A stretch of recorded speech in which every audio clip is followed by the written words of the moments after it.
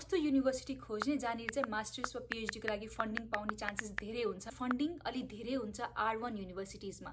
R1 universities भनेको चाहिँ अलि धेरै रिसर्च ओरिएन्टेड युनिभर्सिटिज हो। युएसमा धेरै खालको युनिभर्सिटिज छ, R1 R2 हैन। अनि यिनी युनिभर्सिटीहरुमा चाहिँ अलि धेरै फन्डिङ जाने गर्छ रिसर्चको लागि, जस किनकि प्रोफेसरहरूले धेरै ग्रान्टहरु पनि लेखिरहनुहुन्छ, डिपार्टमेन्टसँग पनि फन्डिङ हुन्छ। So first priority R1 university हुनु पर्यो। सो हजुरले के गर्नु भनेपछि गुगलमा जानु, गुगलमा गएर list of R1 universities in USA भनेर हेर्नु हैन। टन्नै छ R1 युनिभर्सिटिज। R2 पनि गर्दा हुन्छ, तर मेरो आफ्नो पर्सनल एक्सपिरियन्सले चाहिँ म स्टार्टै गर्न छ भने R1 बाट गर्नु भन्छु। सो 10 वटा, यो 20 वटाबाट हजुरले 10 वटा छान्नु।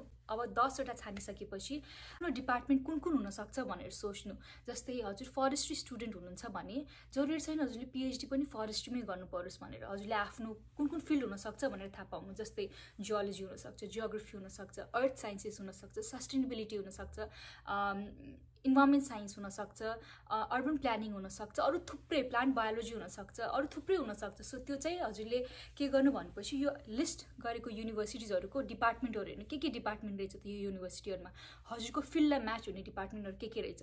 डेटा साइन्स हुन सक्छ, आईटी हुन सक्छ, इन्जिनियरिङ, डिफ्रेन्ट टाइपको इन्जिनियरिङ हुन सक्छ। हजुर कुन फिल्डमा जान सक्नुहुन्छ भनेर त्यो हजुरले आफै हेर्नुपर्छ हैन। म सबै फिल्डको बारेमा त मलाई ज्ञान छैन, तर आफ्नो बारेमा चाहिँ मैले भन्न सके। भन्नाले फरेस्ट्री हुनुहुन्छ भने हजुरको अझै 5-6 वटा डिपार्टमेन्ट छ जहाँ हजुरले अप्लाई गर्न सक्नुहुन्छ। त्यसै यो 10 वटा युनिभर्सिटीको चाहिँ आफ्नो लायकको डिपार्टमेन्ट्सहरु लिस्ट आउट गर्नुस् र एउटा नोट्स बनाउँदै जानु, कपीमा लेख्दै जानु सबै चीज।